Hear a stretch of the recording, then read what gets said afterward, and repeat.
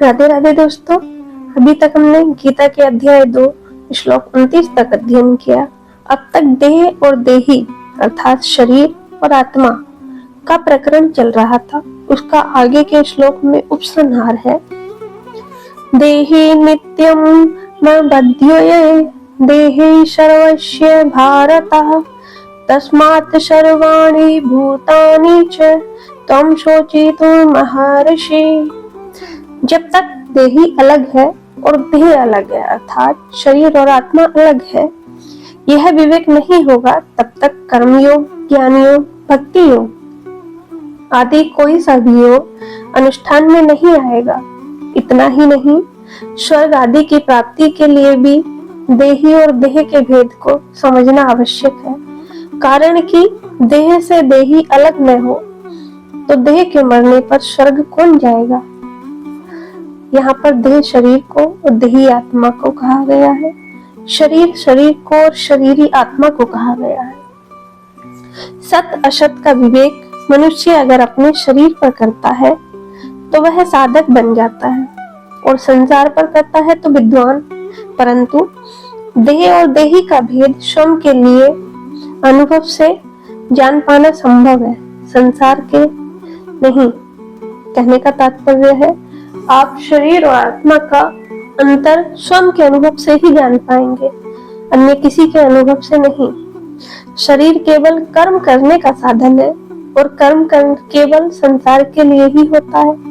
जैसे कोई लेखक जब लिखने बैठता है तब वह लेखनी को ग्रहण करता है और जब लिखना बंद कर देता है तो कलम को यथा स्थान रख देता है। ऐसे ही साधक को कर्म करते समय शरीर के संबंध को स्वीकारना चाहिए और कर्म समाप्त होते ही शरीर को जो का त्यों रख देना चाहिए, अर्थात उससे असंग हो जाना चाहिए। परंतु यह शरीर माध्यम है विवेक, बुद्धि, ज्ञान तथा मोक्ष का, तो इस शरीर का ध्यान व स्वस्थ रखना भी स्वयं आपका ही धर्म है।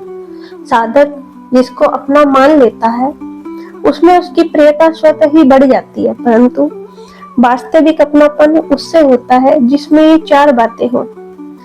पहली, जिससे हमारी सधर्मता अर्थात स्वरूपगत एकता हो। दूसरी, जिसके साथ हमारा संबंध नित्य रहने वाला हो। तीसरा, जिससे हम कभी कुछ न चाहें। चौथा, हमारे पास जो कुछ है वह सब जिसको आप समर्पित कर सके। ये 4 बातें भगवान में ही लग सकती है, कारण कि संसार से हमारा संबंध नित्य रहने वाला नहीं और उनसे हमारी स्वरूपगत एकता भी नहीं। प्रति क्षण बदलने वाले अर्थात मानव शरीर से स्वरूपगत एकता कैसे हो सकती है। मानी हुई एकता कर्तव्य का पालन करने के लिए है, जाने हुए असत का त्याग करने के लिए यह आवश्यक है कि साधक विवेक विरोधी संबंध का त्याग करे। इस दृष्टि से शरीर को अपना और अपने लिए मानना विवेक विरोधी है। विवेक विरोधी संबंध का त्याग होते ही मोह का नाश हो जाता है तथा सत्य तत्व की प्राप्ति हो जाती है। अगर हम शरीर से माने हुए विवेक विरोधी संबंध का त्याग न करें तो भी शरीर हमारा त्याग कर ही देगा। जो हमारा त्याग अवश्य करेगा, उसका त्याग करने के लिए क्या कठिनाई है।